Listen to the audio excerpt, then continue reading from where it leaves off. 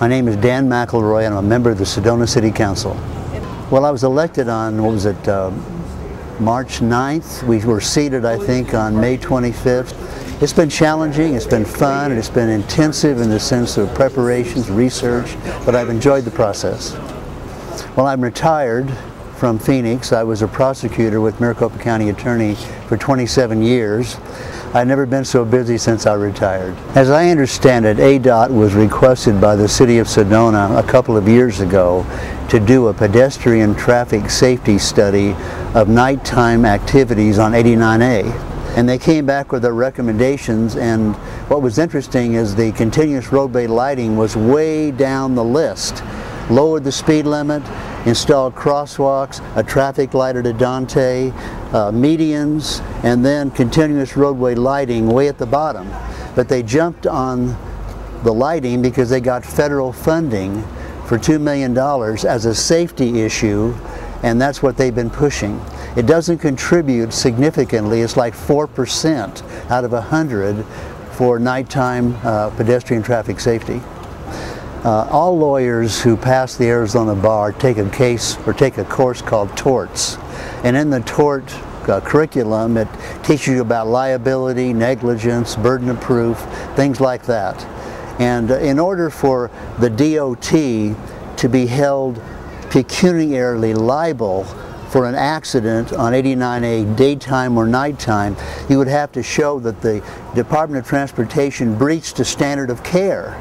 There are so many factors involved in an auto accident on a highway. You've got the road conditions, the lighting conditions, whether the road is dry or wet, whether there are chuck holes, whether there's a curve, whether the speed limit is set at the wrong speed. And then you have the condition of the driver or drivers. You have the action of the pedestrian. Was the pedestrian impaired or was the pedestrian not impaired? Did the pedestrian step off the curb without looking? Did the driver go too fast? Was he impaired? There's so many factors. Attorneys always go to pull everybody in, the drivers, the state, the city. They're looking for accountability in the deep pocket. That's a legal term. And obviously you can sue anybody for anything if you have the money to do it. So if you had an accident on 89A, you'd want to bring in the city, bring in the state, and they have to fight their way out because they have the resources to pay your claim.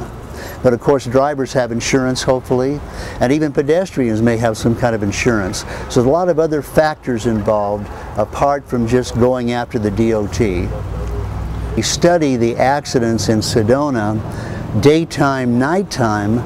The daytime accidents far outnumber the nighttime accidents. Almost 10 to 1 are daytime versus nighttime. And I just grabbed that number because that's not too far off.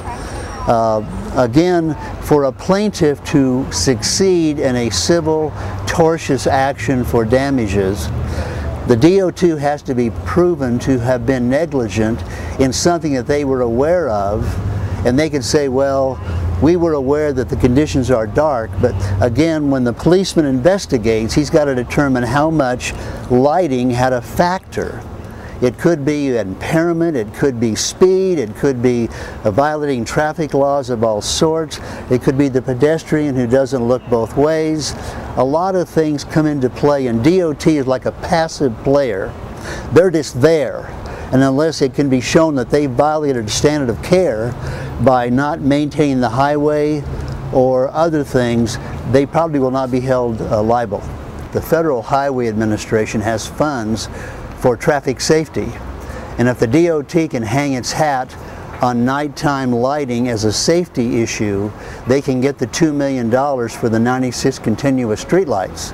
Even though it's a low percentage of contribution to safety, they can get funding for their lights where they probably can't, for lowering the speed limit, crosswalks, medians, or a traffic light.